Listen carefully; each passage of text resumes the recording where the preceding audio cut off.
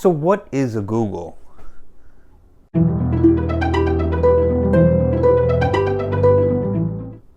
No, not that one. I'm talking about this. 10 to the 100th power. Better yet, it's this. That's right. 1 with 100 zeros after it. That's a pretty big number. How big is that?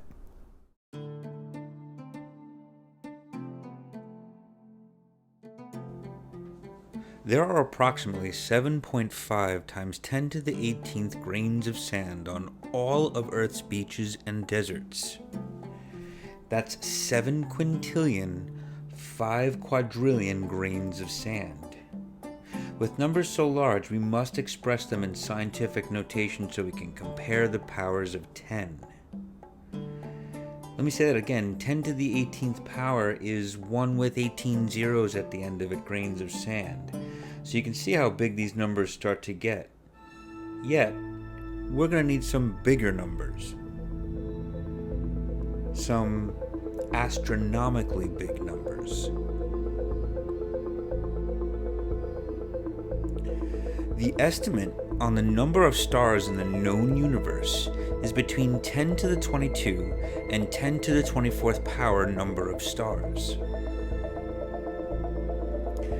Numbers like these are found in chemistry. That's approximately the same number of molecules in 1 mole of a chemical solution. 6.02 times 10 to the 23rd molecules. But this is not even close to a Googol. What's bigger than the number of stars in the universe?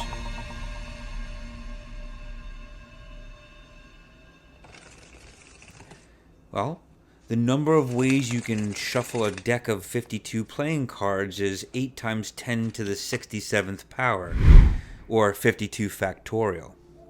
That's pretty big. But what about the number of atoms in the universe? Surely that must be a bigger number. There are approximately 10 to the 80th power number of atoms in the universe and 10 to the 89th power number of elementary particles in the universe, including photons. That's the particle that's responsible for transmitting light. So even on the smallest level, with so many things going on, we haven't yet reached a Googol. So what if we filled the volume of the universe with sand? Let's imagine that the universe is a perfect sphere, and we fill it up completely with sand. Well, what is the volume of a sphere? The volume of a sphere is 4/3 pi r cubed. And with estimates on the size of the universe, volume clocks in here at 3.566 times 10 to the 80 cubic meters. So we're going to consider that volume of sand. Now that number is still pretty close to a Googol, but not quite. Now the number of atoms in the sand sphere of this universe would break Googol's barrier, just at 10 to the 109th power. Time for some calculator action. This is my graphing calculator, the TI-84 Plus CE edition with Python. It's a pretty advanced version of this calculator, but most US math students have a version of this calculator that they use in their classroom. It's pretty advanced. It can do a lot, and today I'm going to push it to its limits.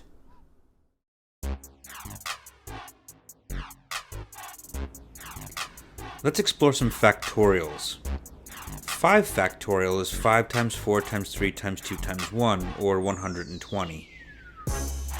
If we do 10 factorial, which is 10 times 9 times 8 times 7 times 6 times 5 times 4 times 3 times 2 times 1, we're already up to 3,628,800. So these numbers in factorials get pretty large pretty quick. So we'll see what the calculator can do. 13 factorial? All right, we're still getting digits here. What about 14 factorial? Well, this time, 14 factorial begins one of the limitations of our calculator. It can only hold 10 digits. So since we've exceeded that, we're now representing things in scientific notation. The little e to the 64, in this case 50 factorial, means times 10 to the 64th power. Okay, so 69 factorial is approximately 1.7 times 10 to the 98th power, so we're really close to a Googol. Let's see what 70 factorial is going to do.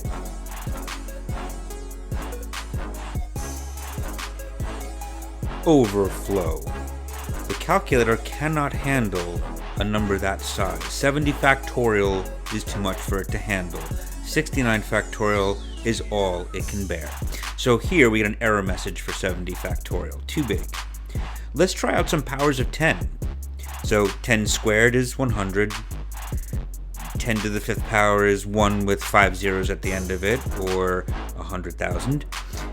10 to the 9th power, 1 with 9 zeros at the end of it, and now we should have reached our limit here on number of digits.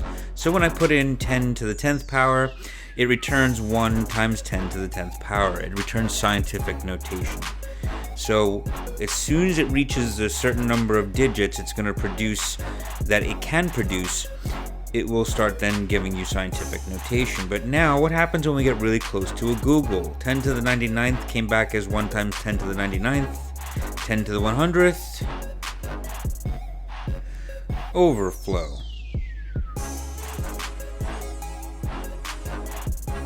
With numbers this big, your calculator suggests you quit.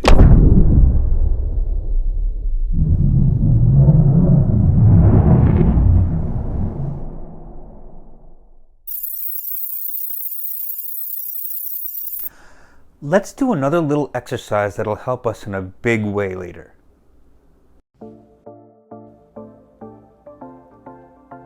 A million days from now.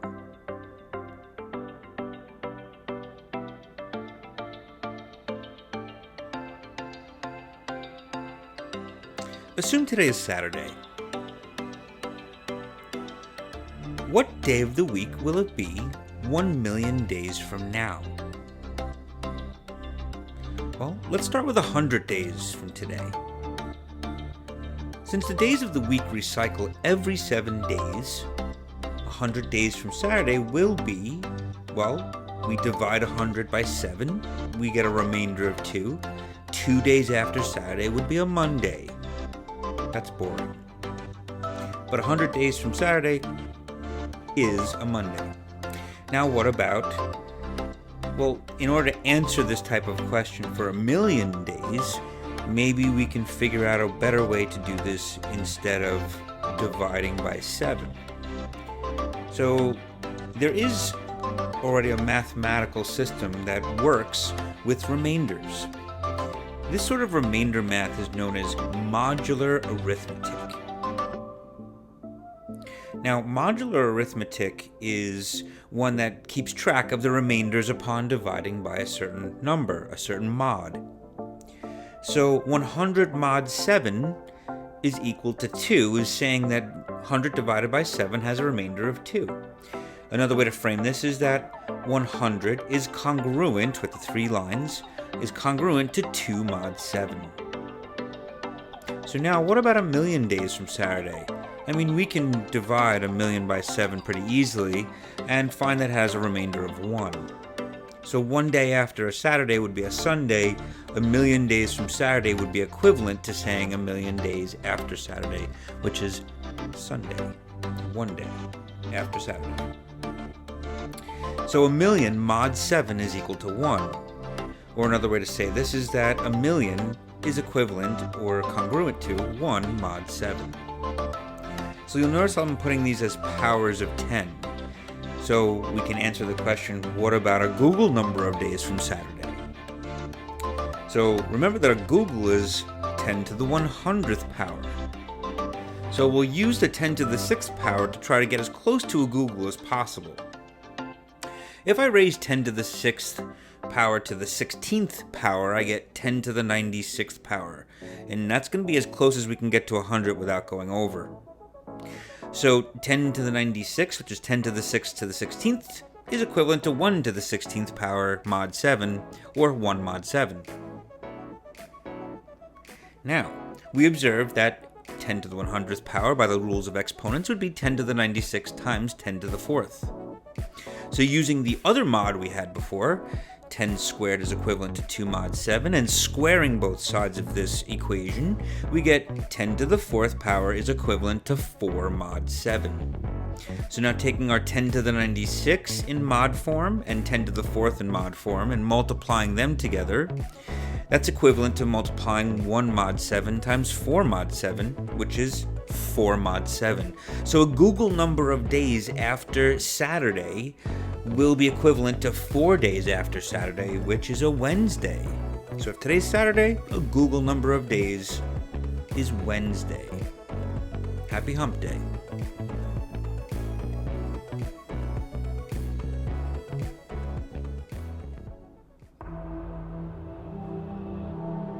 How long is a Googol number of seconds? Let's do a little estimation here. 3,600 seconds is 1 hour, and 24 hours is 1 day, and according to Googol, 365.24 days is 1 year. Multiplying these ratios through, we get a Googol number of seconds is equivalent to, well, we're going to have to do a relative comparison here. We have the number of seconds in 1 year, which is on the order of 10 to the 7th power, and we're going to compare that to 10 to the 100th seconds. And so what we wind up getting is that a Googol number of seconds is roughly on the order of magnitude 10 to the 92 years. That's 1 with 92 zeros at the end of it, number of years.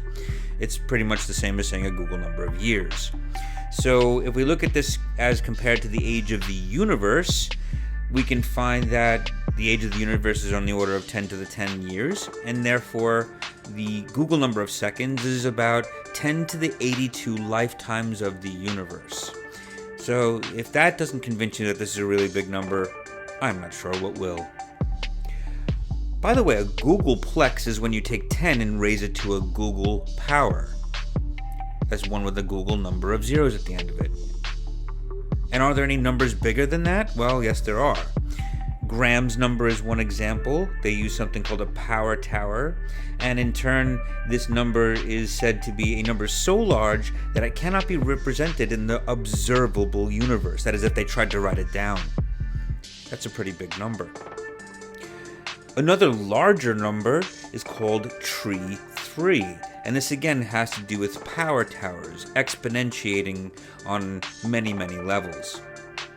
There's Rayo's number, and most recently in 2019 discovered Bigfoot, the number. So there's some other numbers that are quite exotic that we can use our graphing calculator to actually explore, since those numbers are way too big. So let's take a look at some interesting ones like 1/2 factorial. So if you're familiar with factorial, this might seem like an odd thing to ask the calculator to do, but it returns a real numbered result, 0.88622692555, etc. Alright, so that's an interesting thing the calculator can do for us, a real number we can explore that's not too big and not too small. What about the square root of pi divided by 2? What kind of thing is that? That uses the... Oh, well, wait a minute.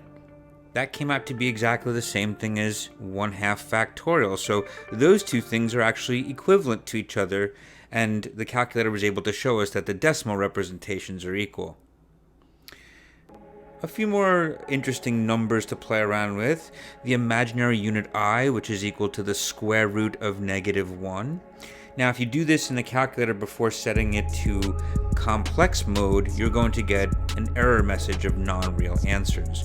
So I have to go into the mode button and press the A plus BI mode, and that's going to take us into complex mode, so it'll understand what I means.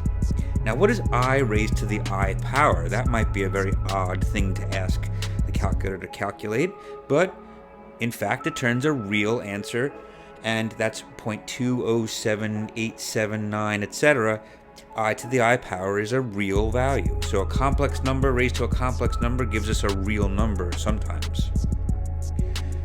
Another interesting constant is e, so let's raise e to the negative pi over 2 power, and lo and behold, you'll see that that is actually the same thing as I to the I power. So there's a couple of interesting relationships with some of the constants that are found in mathematics, and I'm just using my calculator to kind of play around with them here. They're not really big numbers, but they're interesting numbers. Last is Euler's formula, e raised to the I pi plus 1, and that gives us 0, and that connects the constants e, I, pi, and the numbers 1 and 0 all together in one equation. Now that's pretty neat. So, a googol, 10 to the 100th power, a googolplex, 10 to the 10 to the 100th power, surely is something our calculator cannot handle. And in fact, overflow. And this time, I think we're gonna quit.